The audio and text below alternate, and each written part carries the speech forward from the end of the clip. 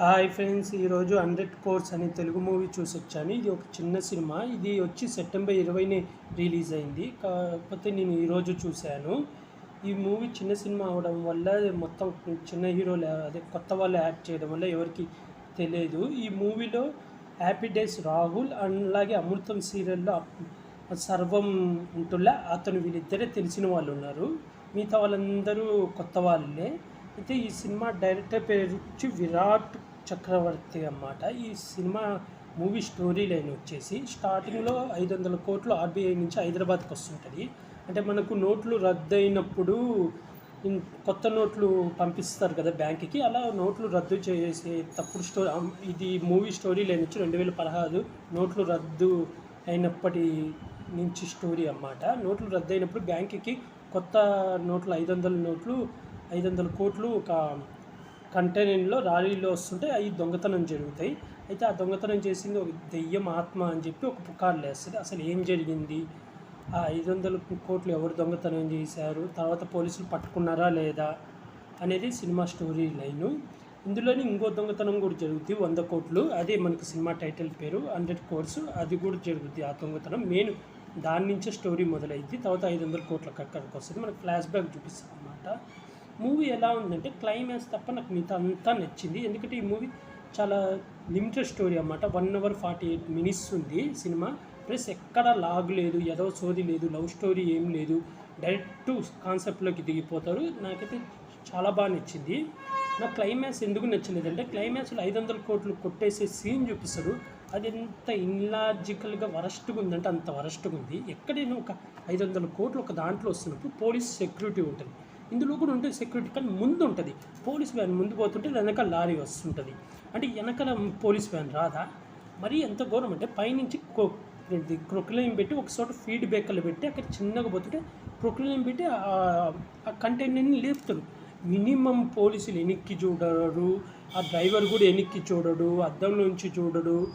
ఆ కంటైనర్ లేపి మళ్ళీ ఇంకో కంటైనర్ పెట్టేటప్పుడు సౌండ్ వస్తుంది, అది కూడా పట్టించుకోరు.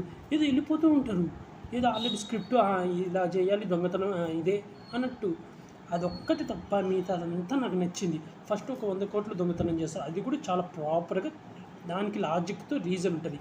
ఒక పెద్ద ఇంటికి ఇన్కమ్ ట్యాక్స్ ఆఫీసర్ని పంపించడం, అతను భయపడి డబ్బు మొత్తం ఒక మూత కట్టి ఒక చోట పడేస్తాడు అన్నమాట. హీరో ఫాలో అయ్యి హీరో కొట్టేస్తాడు. ఇందులో ట్విస్ట్ ఏముండదు, మామూలుగా ట్విస్ట్ లాగా చూస్తే, కానీ మనకు సినిమా చూసే వాళ్ళకి ఈజీగా అర్థమైపోతుంది ఈ దొంగతనం చేసేదంతా హీరోనే అని. కాకపోతే క్లైమాక్స్ దొంగతనం ఒక్కటి నాకు ఇన్లాజికల్గా అనిపించింది. మరి ఈ సినిమాని ఉంటే అంత ఘోరంగా చూపించకూడదు. మినిమం కామన్ సెన్స్ ఉంటుంది. వ్యాన్ ఎక్కడో ఆపినప్పుడు దొంగతనం చేయడము అదొకటి పెట్టాలి, కానీ నేను వ్యాన్ పోతున్నప్పుడే కంటెంట్ అది కొక్కలేం పెట్టి అవన్నీ తీసి అదొక్కటి నచ్చలేదు. మిగతా అంతా సినిమా బాగుంది. అలాగే పర్ఫార్మెన్స్ కింద హీరోగా చేసిన అతను బాగా చేశాడు, పోలీస్ ఆఫీసర్గా చేసిన అతను బాగా చేశాడు, ఇంకో లేడీ క్యారెక్టర్ ఉంటుంది తను కూడా బాగా చేసింది. హీరోయిన్కి అంత ఇంపార్టెంట్ ఏమి ఉండదు, ఒక 2-3 సీన్లో వస్తుంటుంది హీరోయిన్, తనకు అంత ఇంపార్టెంట్ ఉండదు. మళ్ళీ హీరో ఫ్రెండ్గా ఒక తను యాడ్ చేశాడు కామెడీ పండియడానికి, కొంచెం పర్లేదు, అక్కడక్కడ నవ్వు వచ్చింది. ఇంకా మీ సర్వం క్యారెక్టర్ అతను కూడా పిఏ కింద వేశాడు, అతను చాలా బాగా చేశాడు. ఇంకో పోలీస్ ఆఫీసర్ కూడా ఉంటాడు, అతను ఉన్నంతవరకు అతను బాగా చేశాడు. మూవీలో అయితే యాక్టింగ్ బాగుంది, డైరెక్షన్ కూడా బాగుంది. సాంగ్స్ ఒక్క సాంగే ఉంటుంది, ఐటమ్ సాంగ్. ఇంకోటి వెనకాల బ్యాక్గ్రౌండ్ సాంగ్లకు ఒక చిన్న సాంగ్ వస్తుంది డబ్బు గురించి, అది బాగా ఉంది. మ్యూజిక్ కూడా నాకు పర్లేదు, బాగా నచ్చింది. ఐటమ్ సాంగ్ పర్లేదు, ఓకే అనిపించింది. వచ్చిన ప్లేస్మెంట్ కూడా కరెక్టే. మధ్య అయితే ట్విస్ట్లు అనేది మనం ఈజీగా గెస్ చేయగలం. హీరోని దొంగతనం చేశాడని ఈజీగా మనకు అర్థమైపోతుంది. అలాగే ఎండింగ్ కూడా హీరోనే చేశాడని తెలుస్తుంది, కానీ ఎలా చేశాడు అనేది చూడడానికి కొంచెం ఇంట్రెస్ట్ వస్తుంది. కానీ అదే ఇన్లాజికల్గా, అంటే నాకు అంత లాజిక్ అనిపించలేదు.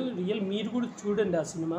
ఎండింగ్లో అది ఆ దొంగతనం 500 దొంగతనం చేసి ఎంత వరస్ట్గా చూపించాడంటే అంత వరస్ట్గా చూపించాడు. మిగతాదంతా క్లియర్గా నీట్గా చూపించి ఆ లాస్ట్ ఒక్కటి కొంచెం వరస్ట్ చూపించాడు.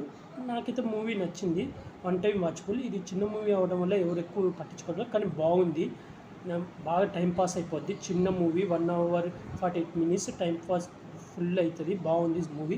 ఒక క్లైమాక్స్ ఒక్కటి మనకు లాజిక్గా చూస్తే అది వర్కౌట్ అవ్వదు. క్లైమాక్స్ ఒక్కటి నాకు డిసప్పాయింట్ అయినా, మిగతా అంతా మూవీ బాగుంది. దీనికి నేను వచ్చి రేటింగ్ 5కి 2.5 ఇస్తాను. అది కూడా క్లైమాక్స్ ఒక్కటి నాకు దొంగతనంది కరెక్ట్గా చూపించలేదు, ఇన్లాజికల్గా చూపించాడు, అందుకే అది నాకు నచ్చలేదు. మిగతా అంతా మూవీ అయితే బాగుంది ఫ్రెండ్స్. మీరు చూడకపోతే చూసేయండి. 100 Crores మూవీ, తెలుగు మూవీ ఇది. అలాగే ఇలాంటి మూవీ అప్డేట్స్ కానీ, మూవీ రివ్యూస్ కానీ, వెబ్ సిరీస్ రివ్యూస్ కానీ కావాలనుకుంటే నా యూట్యూబ్ ఛానల్ని సబ్స్క్రైబ్ చేసుకోండి friends. Like, share, comment, subscribe friends. Bye.